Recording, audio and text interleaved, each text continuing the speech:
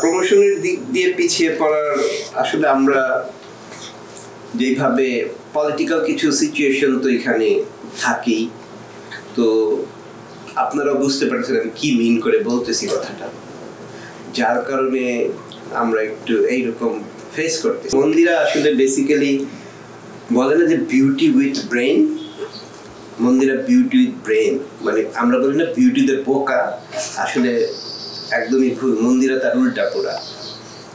তো ওকে আমার খুব বেশি সিনেমার ক্ষেত্রে খুব বেশি, ও তো বললোই যে ওর ক্যারেক্টারের সাথে ওর জার্নিটা একদম ওর মতো করে, এই জন্য আমার বুঝাইতে বেশি কষ্ট হয়নি।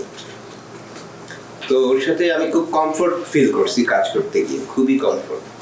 আমি তো প্রত্যাশা তো আমার আকাশচুম্বী, কারণ আমার কন্টেন্ট আমাকে ওই জায়গায় ভাবতে সাহায্য করতেছে। কারণ এখন আশেপাশে এত ভায়োলেন্স, চারপাশে এত ভায়োলেন্স, বাস্তব জীবনে ভায়োলেন্স, তো সব কিছুর বাইরে আমি যে গল্পটা বলার ট্রাই করছি সেটা একটা অ্যাওয়ারনেস।